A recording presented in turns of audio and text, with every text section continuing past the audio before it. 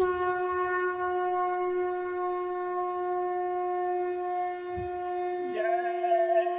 गुरुदेव। जय गुरुदेव।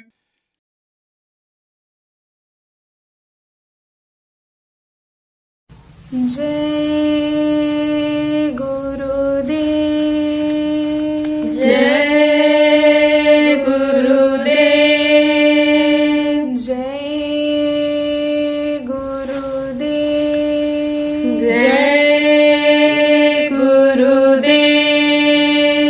अवतार हमारे सतगुरु का भारत का भार मिटाने को। अवतार हमारे सतगुरु का भारत का भार मिटाने को। अवतार हमारे सतगुरु का भारत का भार मिटाने को। अवतार हमारे सतगुरु का भारत का भार मिटाने को। श्री राम के साथ में लक्ष्मण थे, श्री कृष्ण के साथ में बलदाऊ। श्री राम के साथ में लक्ष्मण थे, श्री कृष्ण के साथ में बलदाऊ। गुरुदेव के साथ में सतनाम भारत का भार मिटाने को। गुरुदेव के साथ में सतनाम भारत का भार मिटाने को।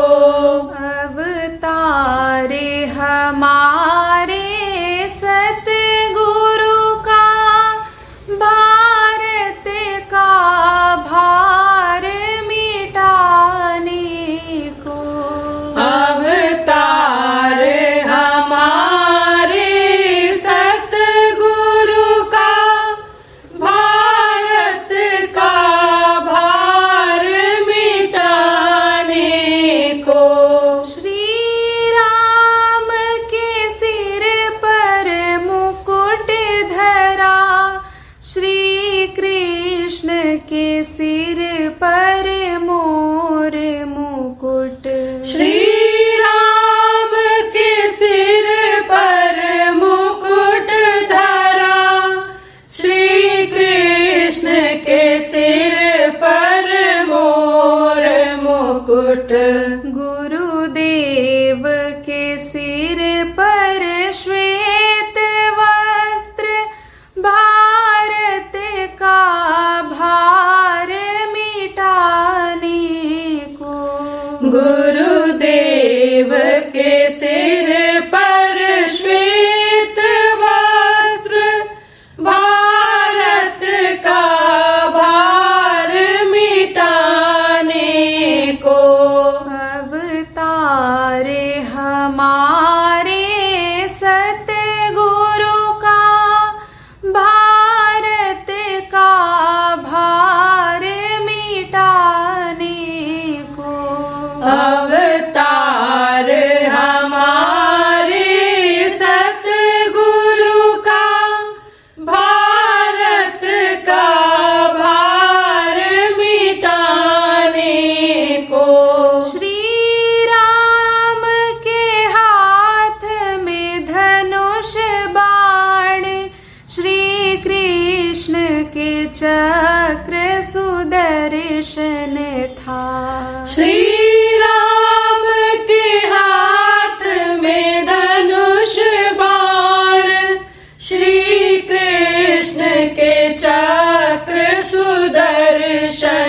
था। गुरुदेव के हाथ में धर्म ध्वजा, भारत का भार मिटाने को। गुरुदेव के हाथ में धर्म ध्वजा, भारत का भार मिटाने को। अवतार हमारे सतगुरु का, भारत का भार मिटाने को। अवतार हमारे सतगुरु का, भारत का भार मिटाने को। श्री राम के साथी वानर थे, श्री कृष्ण के साथी ग्वाल बाल।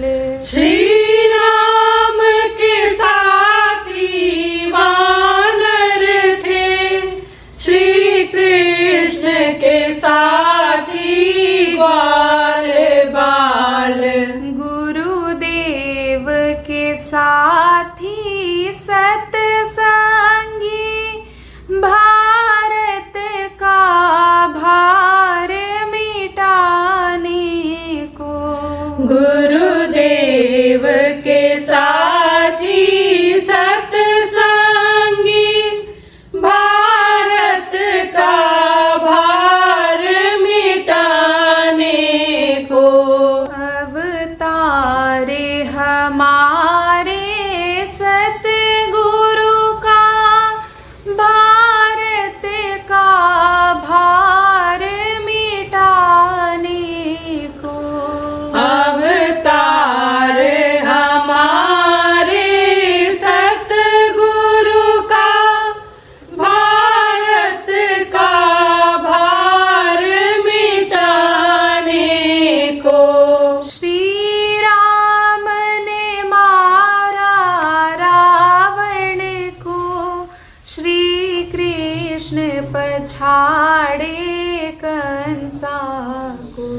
श्री राम ने मारा रावण को, श्री कृष्ण पछाड़े कंसा को।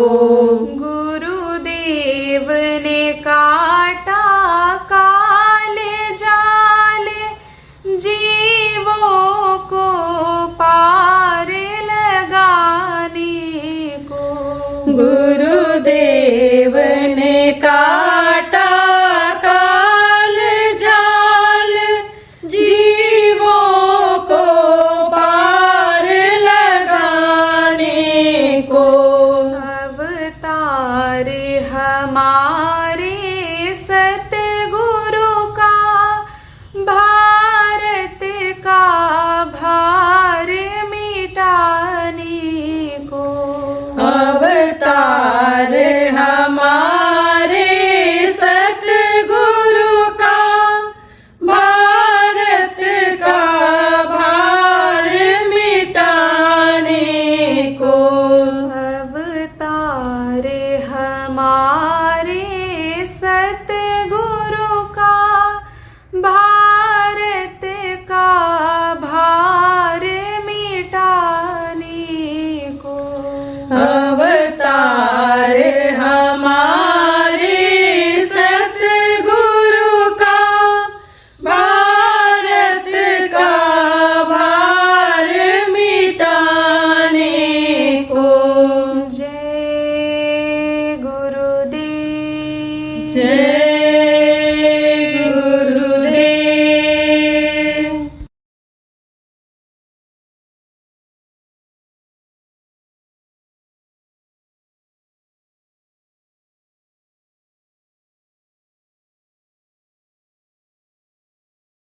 जब कोई घटना घट जाती है, कुछ हो जाता है, तब वो चीज़ लिखा पढ़ी में आ जाती है और उसी को इतिहास कहते हैं। आगे चल करके इस वक्त पर जो आप काम कर रहे हो, जो भी जनहित का काम कर रहे हो, अच्छा समाज बनाने का काम कर रहे हो, सतयुग लाने का काम कर रहे हो, सतयुग का आनंद दिलाने का काम कर रहे हो, जीवात्मा को परमात्मा तक पहुंचाने का काम प्रेमियों आप जो कर रहे हो, इसका भी इतिहास बनेगा। जैसे राम और रावण का इतिहास बन गया ऐसे इसका भी इतिहास बनेगा। कलयुग को हटाना ये कोई आसान काम नहीं है, लेकिन कलयुग के युद्ध में कलयुगी लोगों के ऊपर प्रेमी जो सतयुगी बन गए हैं वो हावी हो जाएंगे, कलयुग को परास्त कर देंगे। तो जैसे कलयुग से लड़ाई हो रही है, कलयुगी स्वभाव लोगों का बढ़ रहा है, कलयुग की बुराइयों को लोग अपनाते चले जा रहे हैं, ऐसे ही जब आप उनकी बुराई को छुड़ा दोगे, अच्छे बन जाएंगे, तो आपका भी नाम होगा।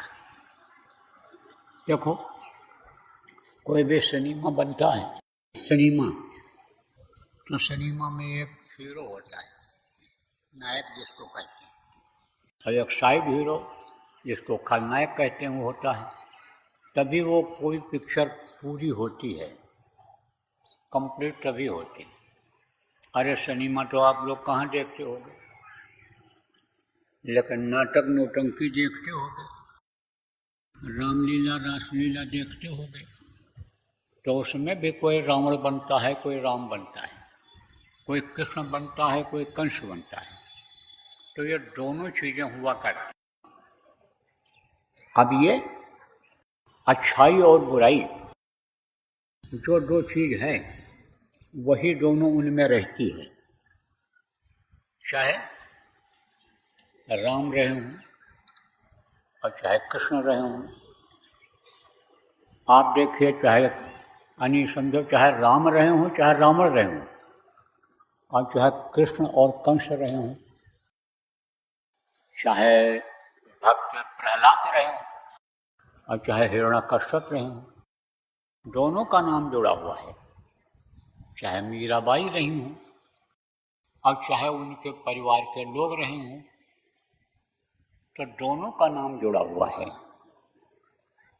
अब आप ये समझो कि किसी के अंदर बुराई आ गई। अब बुराई कब आती है कि जब उसका साथ गलत लोगों से पड़ जाता है, गलत आदतें पड़ जाती हैं, उसमें बुरी आदतें बन जाती हैं, जिसको वेद शास्त्र भी सही नहीं कहता है। संत महात्मा की बात तो छोड़ो, तो जब वो आदत बन जाती है, तब अगर वो अच्छी करनी करके भी और कुछ शक्ति अपने अंदर ले आया है, तो वो शक्ति क्षीण हो जाती है, खत्म हो जाती है, उसका असर खत्म हो जाता है। रावण कम बलशाली नहीं था, बलवान नहीं था। बड़े बड़े देवता उसके सामने से लड़ाई में से हट जाते थे। उसका सगा भाई विभीषण जिसका नाम था, जब रावण की सेना को देखा, रावण रथी बिरथ रघुबीरा, देख विभीषण भयो अधीरा, अधीर हो गया कि इसके साथ कितने लोग हैं, बलवान लोग, और इनकी लड़ाई किससे होने जा रही है? बंदर और भालुओं से। वो जो एक एक बलवान सीधे भैंसा उठाते थे, मुंह में डाल लेते थे, निकल जाते थे, उनकी लड़ाई किससे? बंदर से होने जा रही है। तो ये कैसे बंदर जीतेंगे? कैसे ये कम उम्र के ये तपस्वी बालक दोनों जो 14 वर्ष से जंगल में तपस्या कर रहे हैं, इनके पास हथियार कहाँ से आएगा, कहाँ से जीतेंगे ये? अब आप ये समझो, इतना बलवान था, ताकतवर, देवताओं को जीत जीत करके उसने पुष्पक विमान वगैरह छीन लिया था। देवता लोग उसके यहाँ सलाम बजाते थे। कहावत है कि रावण के यहाँ देवता पानी भरते थे, तो शक्ति तो थी उसमें। किसका वो नाती था? उत्तम कुल पुलस्त्य का नाती, उत्तम कुल पुलस्त्य ऋषि का नाती था। सोने की लंका थी, इतना धन था, 4 वेद 6 शास्त्र 18 पुराण याद किए हुए था। दशानन उसको कहा गया। 10 सिर की अकल उसके अंदर थी, बुद्धि थी। एक आदमी का 1 सिर होता है, दिमाग होता है, एक ही बुद्धि तो रहेगी। और 10 आदमी जब कोई काम के लिए बुद्धि लगाते हैं तब वो काम आसान हो जाता है। ऐसे रावण के अंदर 10 आदमियों की बुद्धि थी, 10 बलवानों की बुद्धि थी, 10 विद्वानों की बुद्धि थी, धनी मानी की बुद्धि उसके अंदर में थी। लेकिन उसकी बुद्धि कहाँ भ्रष्ट हो जाती थी? जब उसका खान पान साथ गलत पड़ जाता था। देखो बच्चियों, दूध उबालती हो और बढ़िया गाढ़ा बना देती हो, अगर उसमें 1 बूंद छाछ मट्ठा पड़ जाए, दही पड़ जाए, तो दूध का स्वाद मिलेगा? तुरंत थोड़ी देर के बाद खट्टापन आ जाएगा, और रख दोगे रात को तो सुबह बिल्कुल जमाया हो जाएगा, एकदम जम जाएगा, वो दूध रही नहीं जाएगा, दही बन जाएगा। ऐसे ही उसके अंदर जो अच्छाई थी वो बुराई के रूप में बदल जाती थी। कारण क्या था? उसका खान पान गलत हो गया था। मांस जब खाता था और शराब पीता था, जो किसी भी धर्म में इस समय पर मानी नहीं है। गंगा जल कृत बाद में जाना, कहते हैं गंगा जल में भी शराब बनाया गया हो तो नहीं पीना चाहिए।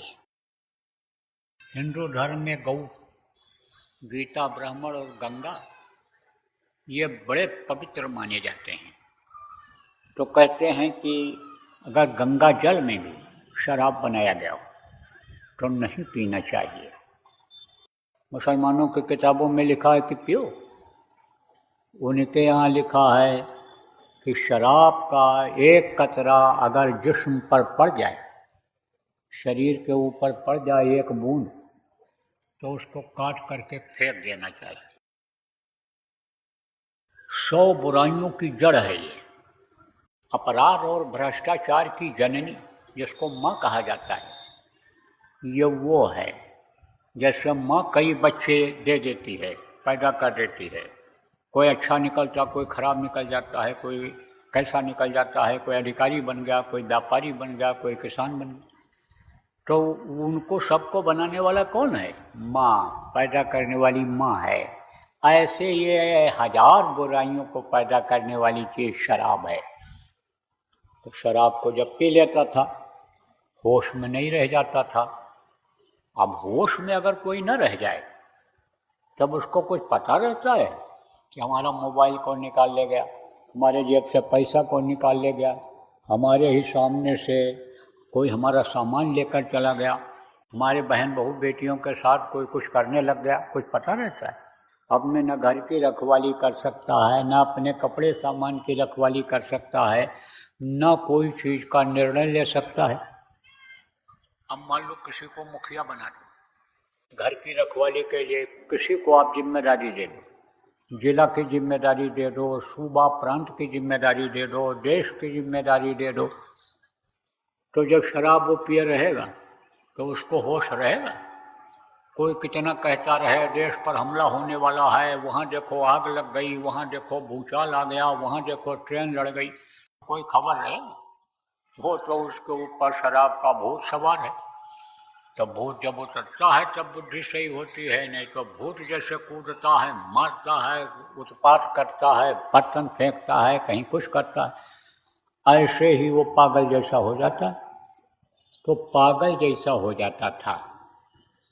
तो नशे में क्या होता है? नशेड़ी से पूछो कि नशे में क्या चीज़ तुम्हारे दिमाग में आती है, तब वो यही कहता है कि जो चीज़ आ जाती है वही सामने दिखाई पड़ती है। अब अगर समझ लो कि शराबी है कोई, गंजेड़ी है अगर कोई, भंगेड़ी है अगर कोई, या कोई ये तमाम इन्हीं चीज़ों की गोलियां बन गई, उसको खा लिया है, तो उसके दिमाग में अगर आ गया कि यह औरत है, यह लड़की है, लेकिन ये मेरी औरत है, किसी की लड़की हो, अपनी ही लड़की को अपनी औरत अगर मान लिया हो, तो जो औरत के साथ कर्म करता है वही उसके साथ भी करने लग जाता है, उसी को पाने की कोशिश करता है। तो रावण की बुद्धि इसीलिए खराब हो जाती थी। अब आपको समझने की जरूरत है कि ये वो देश है कि जहाँ अबला की लाज लुटने लगी, वहीं पर देखो विनाश हुआ है। आप लोगों को देखने की जरूरत है, समझने की जरूरत है, पढ़ने की जरूरत है कि देखो आए दिन अखबारों में छपता रहता है, खबरें आती रहती हैं कि वहाँ देखो गैंग रेप हो गया, वहाँ देखो व्यभिचार हो गया, वहाँ देखो औरत को, लड़की को उठा करके ले करके चले गए। अब सोचो आप, खराब समय आएगा कि नहीं आएगा? खराब समय तो भैया आएगा ही आएगा। इस पर अगर रोक नहीं लगा तो ऐसा समय आएगा कि 1 मिनट में वो भगवान याद आ जाएगा लोग। मुसलमान खुदा खुदा खुदा खुदा चिल्लाने लग जाएंगे कि रहमत करो रहमत करो रहमत करो, दया करो, हिंदू चिल्लाने लग जाएंगे, ईसाई भी गॉड को याद करने लग जाएंगे। नासमान जो नास्तिक हैं, आप ये समझो कि नासमान शरीर से जो नास्तिक बन गए, नास्तिक को भी खुदा भगवान गॉड याद आने लग जाएंगे। अब आप ये समझो कि ये रामा दल था और रावण का दल था, और रावण की भी सेना थी और राम की भी सेना थी। राम की पूजा होती है और रावण का दहन होता है, पुतला बना बना करके आज लोग जलाते हैं। तो राम की सेना थी और रावण की सेना थी। तो राम की सेना में जो भर्ती थे उनकी तो पूजा हो रही है। कौन थे? हनुमान। अभी पत्थर के ऊपर तेल और सिंदूर लगा करके वहाँ पेड़ के नीचे रख दो और लिख दो कि हनुमान जी का स्थान है, या बता दें लोग कि देखो यह हनुमान जी का स्थान है, तो वहाँ भी लोग हनुमान के नाम पर फूल पत्ती प्रसाद चढ़ाने लगते हैं। हर दिल में हनुमान बसे हुए हैं। कौन थे? जाति के बंदर थे। जटायु का नाम आप लोगों ने सुना होगा। कौन था? गिद्ध था। लेकिन जब देखा कि अत्याचार हो रहा है, रावण देखो सीता को उठा के ले जा रहा है, तो उसने अपनी जान दे दिया, जान दे दिया। तो उसका भी नाम देखो लिखा हुआ है किसमें? जिस किताब को माथे में लगाते हो, जिसको रामायण कहते हो, रामचरितमानस जिसका नाम लिखा कहा गया रखा गया, गोस्वामी जी ने रखा। तो कहने का मतलब यह है कि बुराइयों ने उसका नाश किया। राम कौन थे? जब पैदा हुए थे तो वो क्या थे? भगवान राम थे? भगवान राम नहीं थे, न मर्यादा पुरुषोत्तम राम थे। वो राजा दशरथ के पुत्र थे, लड़के थे, राजकुमार थे। राजा के लड़के को क्या कहते हैं? राजकुमार। तो वो राजकुमार थे, लेकिन उन्होंने ताकत को अपने अंदर लिया, शक्ति को लिया, ज्ञान को अपने अंदर भरा, विद्या को सीखा, हर तरह की विद्या को सीखा। तीर तलवार चलाना सीखा, नीति का प्रयोग करना सीखा, विनाश करना सीखा और जनता की रक्षा करना सीखा, धर्म की रक्षा करना सीखा, अधर्म का नाश करना सीखा। उन्होंने किस तरह से राज्य चलाया जाता है इसको उन्होंने सीखा। तब आज उनकी पूजा होती है। तो उनको, राम को मर्यादा पुरुषोत्तम बनाने वाला कौन, भगवान राम बनाने वाला कौन था? वो उनके गुरु थे। देखो प्रेमियों, दो तरह के गुरु होते हैं। एक तो दुनिया की चीज़ों को सिखाते हैं, दुनिया की बातों को बताते हैं। छोटा बच्चा देखो, जब पैदा होता है तो दूध पीना जानता है, दूध पीना भी नहीं जानता। तो ये माताएं क्या करती हैं? अपना दूध से भरा हुआ स्तन उसके मुंह में डाल देती हैं। तो जैसे मुंह में आपके कोई चीज़ पड़ जाए, तिनका चला जाए, कंकड़ चला जाए, तो उसको जीभ से बाहर निकाल देते हो। और रोटी खा रहे हो और चक्की में पीसा गया है और मान लो पत्थर का एक टुकड़ा उसमें आ गया आटे में, तो रोटी में वो भी पक जाता है। और जब दांत के नीचे पड़ता है, मुंह में पड़ता है, ऐसे ऐसे करके निकाल देते हो कि नहीं? इसी तरह से वो बच्चा देखता है कि ये अजनबी चीज़ ये हमारे मुंह में क्या आ गई, तो उसको ऐसे दबाता है, ऐसे। और जब दबाता है तो स्तन भरा हुआ रहता है। कैसे भरा हुआ रहता है? दूध से। कौन भरता है? वो भरता है जिसके लिए कहा गया, अजगर करे न चाकरी, पंछी करे न काम, दास मलूका कह गए, सबके दाता राम। राम भरते हैं, वो राम, वो प्रभु, वो इंतजाम कर देते हैं।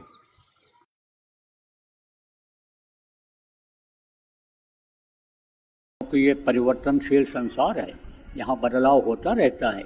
इसलिए जो श्वास बचे हैं, जीने का समय बचा है, उसमें कुछ भजन भाव भक्ति भी कर लो, उसमें प्रभु को याद कर लो, प्रभु को पालो, प्रभु को अंदर में बसा लो। और नहीं तो फिर क्या लेकर तू आया जग में, क्या लेकर तू जाएगा, सोच समझ ले रे मन मूर्ख, आखिर में पछताएगा, पछताना ही हाथ आएगा। देखो बराबर साप्ताहिक सत्संग जो आप लोग करते हो, प्रचार प्रसार जो करते हो, तो ऋषि पूर्णिमा का भंडारा वगैरह या सत्संग वगैरह जो भी आप करते हो, इसको बराबर करते रहो। जनहित का भी काम करते रहो, लेकिन जीव हित का काम अब ज़्यादा करो। आप जीव हित के काम में ज़्यादा लगो। जीव हित का काम क्या है?